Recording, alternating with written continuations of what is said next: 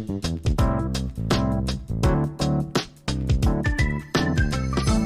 morning and welcome to Crack the Mic podcast with Agent of Change, DeCorey Davis.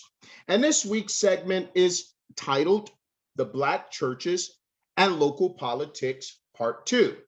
And to help me further this discussion, I have a very distinguished panel that includes the following: Dr. David Bullock, a gifted genius, professor and social commentator who has appeared on MSNBC's The Rachel Maddow Show, The Ed Show, and is also a contributor to syndicated press like the New York Times, USA Today, just to name a few.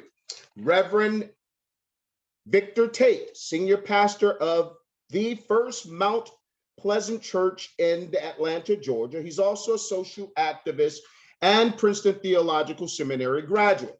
Reverend Andre Green, steward at Mount Hermon AME Church in Miami Gardens, Florida, board member for PACT, a social justice organization who has been fighting for justice in Miami-Dade County for over 30 years. And last but certainly not least, Isaiah Wallace, motivational speaker and executive to the podcast. Good morning, gentlemen.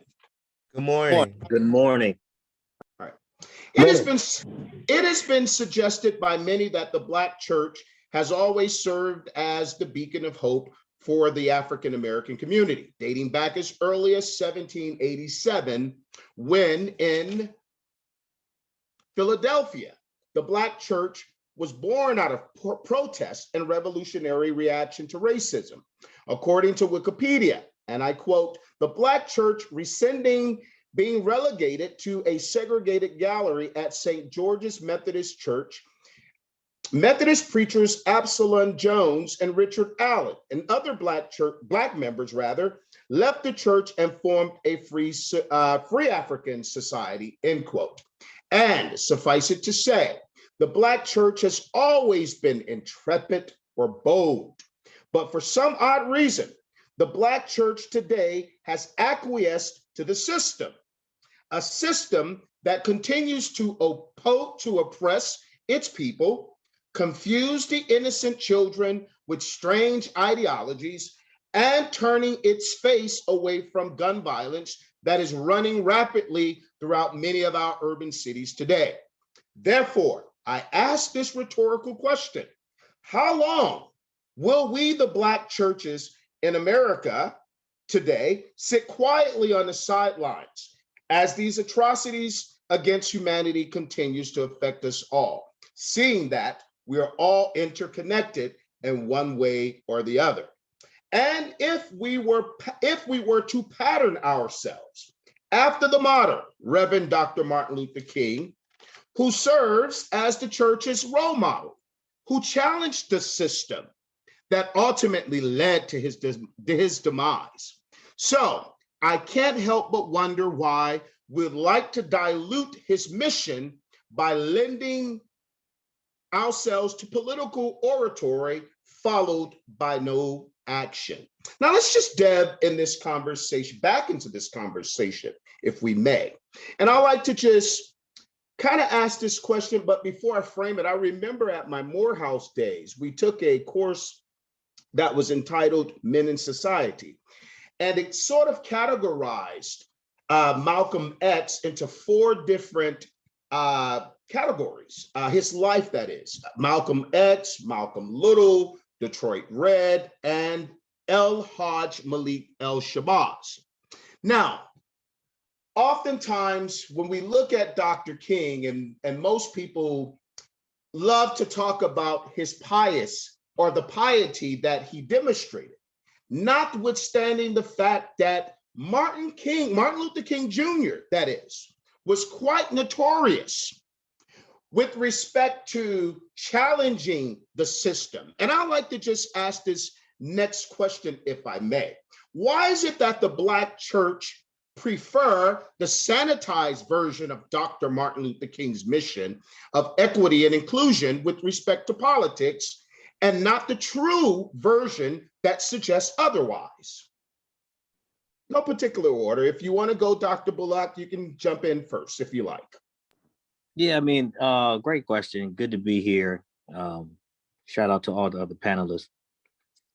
Dr. King has been interpreted by so many people in so many ways. I'm not even going to touch that. I will say that definitely there is in the later King, the Poor People's Campaign, an economic justice um, approach and goal that was always running through King, that got strong before he was assassinated. And I think that is the final frontier of the movement: economics, economic justice, economic parity, um, and I think we'll get there. That's my response. I think we'll get there. Absolutely. I welcome that, Dr. Bullock. You want to go ahead and share your thoughts, Reverend Green? Yes, sure. And good morning, everyone. I'm Dr. Bullock and Reverend Tate and Isaiah and Decory. Yeah, I think that, man, I agree with Dr. Bullock. I think a lot of things have been diluted and watered down. It's, and also in the last, segment we were talking and Reverend Tate was saying, and things are different now. It's a lot different. And I think that we kind of have to adjust with, the times. I think that a lot of his core principles that he had are still sound today. It's just that everybody, has a different way of approaching it, just like, we have with this thing dealing with abortion and things like that. We've evolved and think differently, but I think some of his core principles still stand. I just think that people are at a different place in a different mindset today based on their economic needs. Absolutely. We welcome that sentiment, Reverend Green. You want to go ahead and share your thoughts, Isaiah? Yes. I'll be quite frank with this one. I truly believe that there was some sort of nefarious plot to change the momentum that Dr. King had built up. And I think that the key word is what Dr. Bullock said, that he was assassinated. He wanted economic justice. He wanted things that were not feasible to the people who were supporting him. But I also want to bring to everyone's attention, you know, everyone, when we look at these questions, is framed as though the Black church alone accomplished the civil rights movement and, our desegregation. But in my opinion, that was bought because at the end of the day, African American money spends the same as every other money. You know, in those days, we had whole communities, like my grandparents and great grandparents were in segregated communities, and those communities were thriving. And what was told to me through my oral history, which I will convey in part, is just that in order to access the capital, the funding, the real estate, all the things that were in the Black community, those communities had to be destroyed in different ways. And one of them was through assassinating the leadership, because Dr. Martin Luther King wasn't the only person assassinated, as we could see with history. And it's also with sanitizing their messages and changing the narrative so that people could look no further and not equate money with our freedom. But time and time again, I have seen that African Americans have been bought. Our freedom has been bought when we were freed by late Abraham Lincoln, and our freedom again was bought when segregation ended, so that we could be a part of American society, we could be a part of the economy, and that we could help fuel this engine. But that came with a cost of destroying the things that we had built. Absolutely. We welcome that. You want to go ahead and share your thoughts, Reverend Tate? Sure, good to be back with you guys. Certainly want to take an opportunity as everybody else and just kind of shout out the other panelists, these distinguished gentlemen that are on with us today. Listen, very, very succinctly, of course, I agree with many of the sentiments already shared, but I just want to say, really as it pertains to, the extent that people chose and still choose to sort of more readily accept this sanitized kind of dumbed down perspective and version of the fullness of Dr. King. One, especially as it pertains to the church, is that you have to remember that Dr. King and the Black church in particular, right? I know we had some conversations around this monolithic Black church, but the fact that he was a religious leader, period, as opposed to a social justice leader, although we realized that he was just as much the latter as the former. But for so many, that was the extent that they saw him. That was sort of, the lens for which they viewed his ministry and his message. And so for many, they just weren't able to kind of make that leap to be able to see him in the fullness of what he did, especially the incredible role that he was playing outside of the church. And I think that that's one of the things that, in the last segment, we kind of referenced with pastors. People kind of have a bend, or people have a proclivity to kind of, sterilize our spiritual leaders in some ways, Absolutely. only see them in a certain way. And of course, Dr. King and so many others have just kind of, been a part of that sterilization. The great thing is that it didn't, in large scale, inhibit the fullness of the call that I believe God had on his life towards this notion of leading the charge, this drum major for social justice. And that's really the shouting good news of Dr. King's life right there. Absolutely. And I'll just like to say, when we think of Dr. King, as the panel has wonderfully stated, he was a maverick. People often forget the fact that he was assassinated, like Isaiah stated.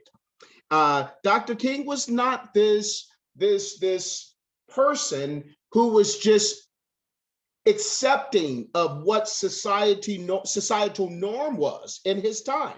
He actually fought the ills of society, which ultimately led to his death. Now, I'd just like to change the tides for a moment, if I can.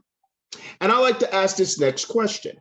How can the Black church become more like Jesus Christ, who spoke out against his government on issues that he perceived to be unfair or unjust at the time, just as Dr. King did during his time, and others like Malcolm X, who actually paid the price in their blood or with their blood? So anyone want to just answer that question or respond to that question? No particular order.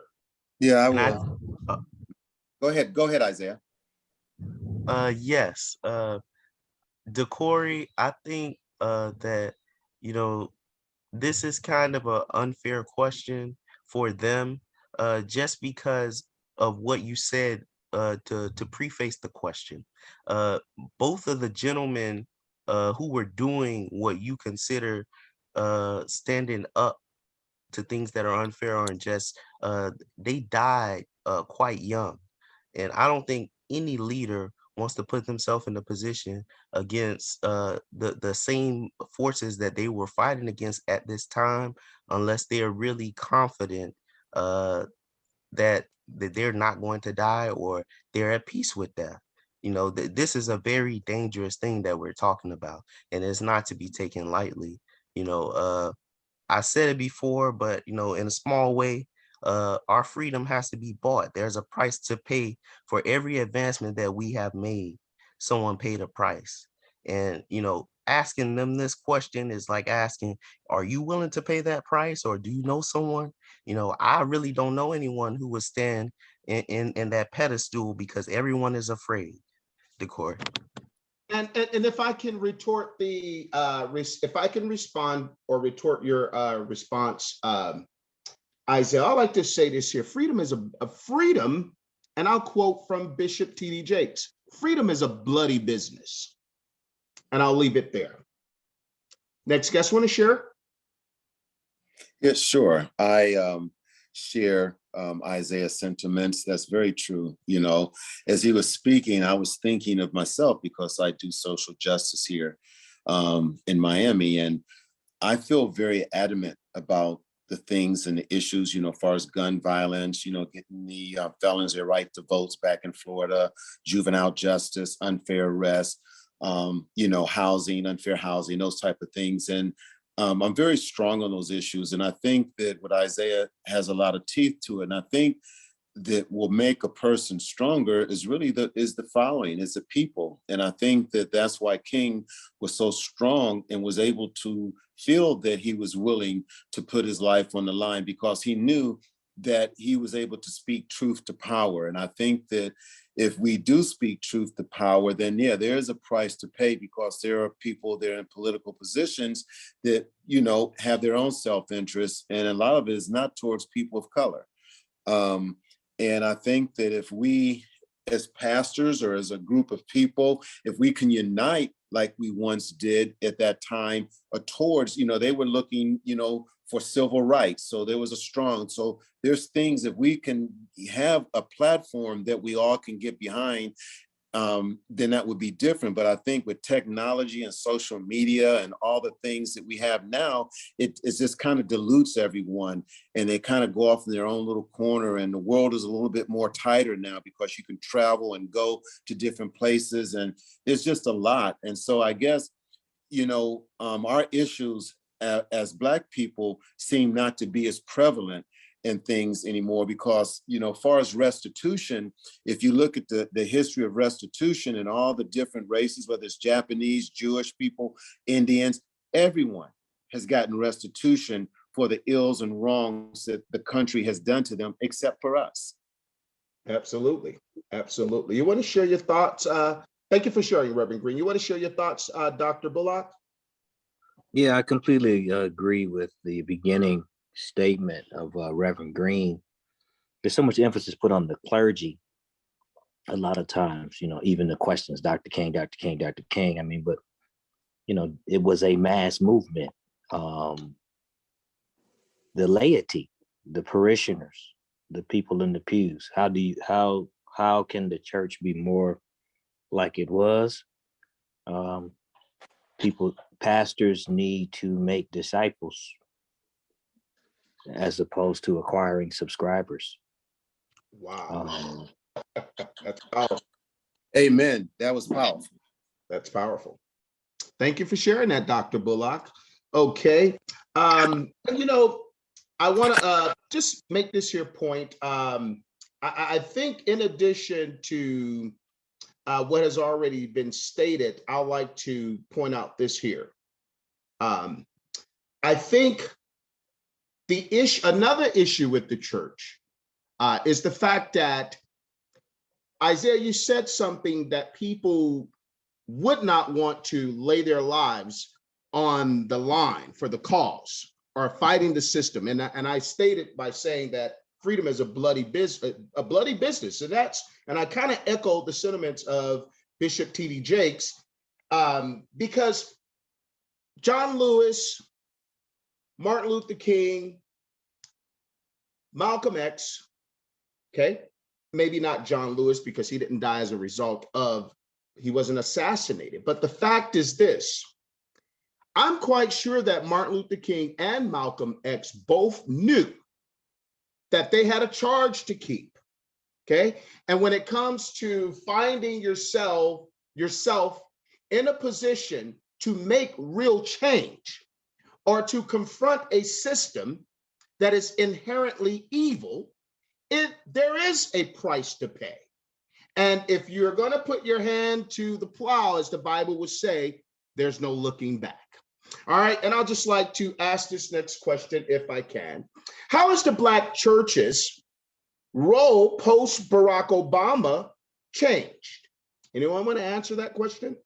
Well, you mean, you're saying how has the Black church become more, so how has the Black church role post Barack Obama has changed? Yes. I don't know so much if it has changed. I think things are trying to evolve. I think that we thought that when he was in office, that we thought that there would be a difference in the country and the way people perceive things, and that we, the arc of justice were bending more towards a lot of the social issues that we have in our community. But I think it was just like smoke and mirrors.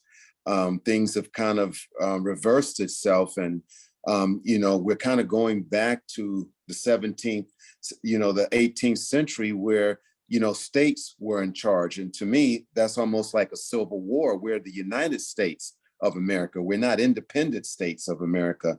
And I think that that's one of the things that I think that there's a certain movement to kind of move it back that way. And I think when Barack was in office, over 1,000 different positions, in state houses have changed, because there was a plan on turning things back over to the states and let them be in charge, and then have certain people with certain ideologies that they wanted to influence. And it's basically dealing with money and power.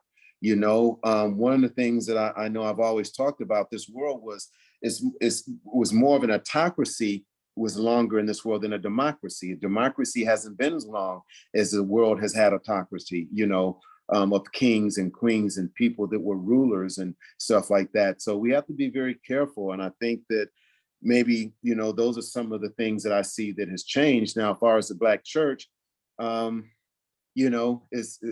it's just, as Isaiah was saying, the younger generation don't have the same respect towards the things that I did growing up as a kid going to church. My mother made us go to church. We had to go to church. We had to sing in the choir, all those kind of things. So I grew up with those kind of things, and I actually passed it on to my kids. I didn't make them go to church, but my oldest son is a pastor in Ohio, So, some of the things, hopefully that's one of the things that we need to do, I think, as men and as pastors or as people. We need to pass on some of that lineage and some of that discipline and focus that we've had to get us where we are today. And I think maybe some of that has been watered down a little bit with all the technology and social media and stuff. Yes. This is the Obama question, correct? Yes, sir.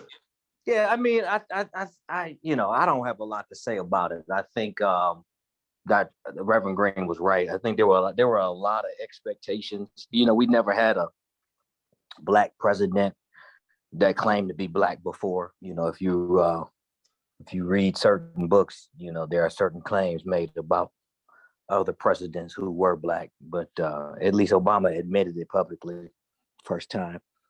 And so we thought that the country was going to change in some fundamental ways, and it remains to be seen if it has. But the need to fight for justice and to check oppression and racist institutions and call out racist behavior remains. And so I don't think the mission, purpose, and goals of the Black church have changed since Obama. If anything, we may be re-energized. I mean, I'll close by saying it was sobering to hear the president eulogize the Reverend in South Carolina who was killed by Dylan Roof. And to see all of the AME bishops in the pulpit, and to hear basically the president of the United States as a Black man having to both call for peace and calm, and as well as justice. It was sobering to hear President Obama's remarks when Trayvon Martin got killed. I mean, his initial remarks were that could have been me. Then he had to kind of revise those remarks. So I don't think much has changed. If anything, maybe the Black church is reinvigorated because what we expected didn't happen. And sometimes adversity brings out the best. Thank you for sharing. Powerful, powerful. Isaiah, you want to share your thoughts? Yes. I think post Barack Obama, something interesting happened. And this has probably been maybe like the third or fourth time that has happened to Black people. But if there's a concert, they put up scaffolding and a whole set and a whole stage before this event, and people come there and they rehearse and they put in the time, and, the event happens. And then after the event is dismantled and they take it down, and the people aren't there anymore. It's empty. like it goes back to regular use, you know what I mean? And I feel like our church kind of served as a venue to house the people and the expectations of everyone during the time when Obama was being elected. Those 2 terms, I thought that it was even going to slack off during the second term. Maybe people were satisfied, but we wanted to see him be a full president to get his time in office, and he got his full 8 years. I think if we have another candidate, someone else that was going to that had the expectation even of propping up the Black community, that we would get that same set out and we would go back in and do the same thing, because we're looking for progress, we're looking for change. It's whether or not we identify with this person as the person that could bring the change. Absolutely. And the last question I'd like to ask Dr. Bullock, you can start it off. What would you, as a Black church leader, tell someone who like to become a leader in your church? What would you tell them? What would be your piece of advice to them? Well, let me go first. My piece of advice would be get involved, get engaged. Don't let nothing stop you. Nobody told you the road would be easy, but I don't believe. If you feel called to ministry or called to serve, let nothing stop you. Serve or die trying. Powerful, powerful. You want to go ahead, Reverend Green? Yeah, I agree with Dr. Bullock. I would say serve, get involved, and support the leaders that voices your opinion. Just like I talk about gun violence and things like that in the community. And one of the things that I realized in the organization that I'm with in Miami is that PAC is an organization of 50,000 members, church, mosques, and synagogues. It's not just a Black thing. That's why we have power. And one of the things is when I have meetings in Miami Garden, which is one of I think the third largest Black community in the Southeast or whatever, there's nobody there.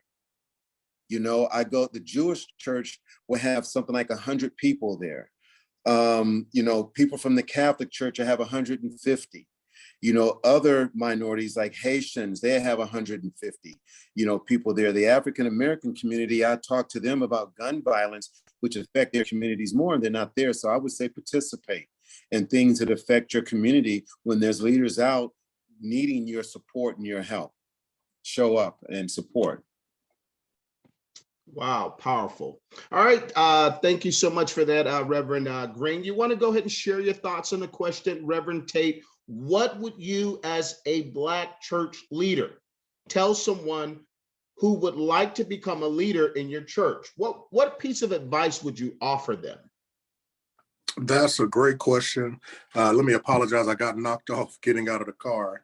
But anyway, that's a great question. One of the things that I would encourage any person, and do encourage anybody, is, and it really goes back to the response I wanted to have earlier on, to 2 conversations when we were talking about Dr. King and all that he did, and it was this point, knowing or having some sense of what you believe God is actually calling you to. I think that when we look at those leaders, they were clear about the call, they were clear about the charge, and they were unwavering in that. And I think it was Brother Wallace, Brother Isaiah, who mentioned the point that there aren't a lot of people who are willing to make that ultimate call. So I wanted to add that caveat. You gotta have some real sense of what you believe God is calling you to do. And so as it pertains to this question about, what I would say to members of our church is the same thing, have some sense of what it is that you really believe God is calling you to, and let's work together to get you in the spot so that you can be most effective in doing what it is that, people that individual has a desire to do. I mean, at the end of the day, we want willing workers, but it's important to have some skilled servants as well to really make some things happen. And I think that that's going to continue to to help move us forward when we do have people who are really, really intentional about putting their minds where their mouths are, and really equipping themselves to do what they believe God has ordained for them to do. So that's my response to that. That's where I would start in that type of conversation. Powerful. Thank you for sharing your sentiment. You want to share your thoughts, Reverend Green?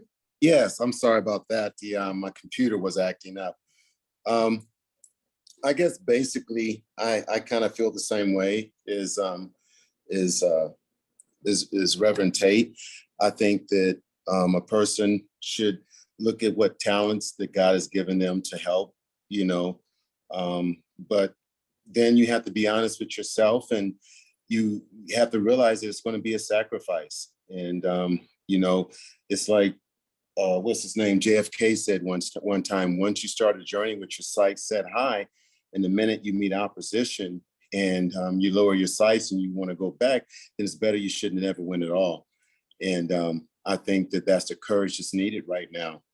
And we just have to stand together and be strong. And that's one of the things that I would look for, is just someone that recognizes the call and be willing to do that and be dedicated to it. Thank you for sharing that, Reverend Green. You want to go ahead and share your thoughts, Isaiah? Yes, sir. Go ahead. I'm not a church leader, but I'm glad to hear all the sentiments. I think they were great, and I think that the Black church, this kind of monolithic existence, I think that it exists in our heart, Decory. Honestly, I don't think that is anything more than a stage for us to put our cause on display, and work towards progress. Hey, thank you. Unfortunately, we are out of time for this week's segment, The Black Churches and Local Politics, Part 2.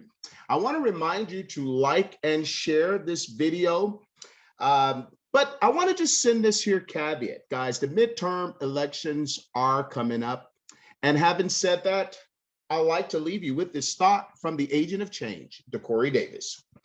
You cannot complain about the outcomes in our society, if you aren't willing to participate in the democratic process. Again, this is your agent of change signing off with this week's segment, The Black Churches and Local Politics, Part 2 on Crack the Mic. Peace.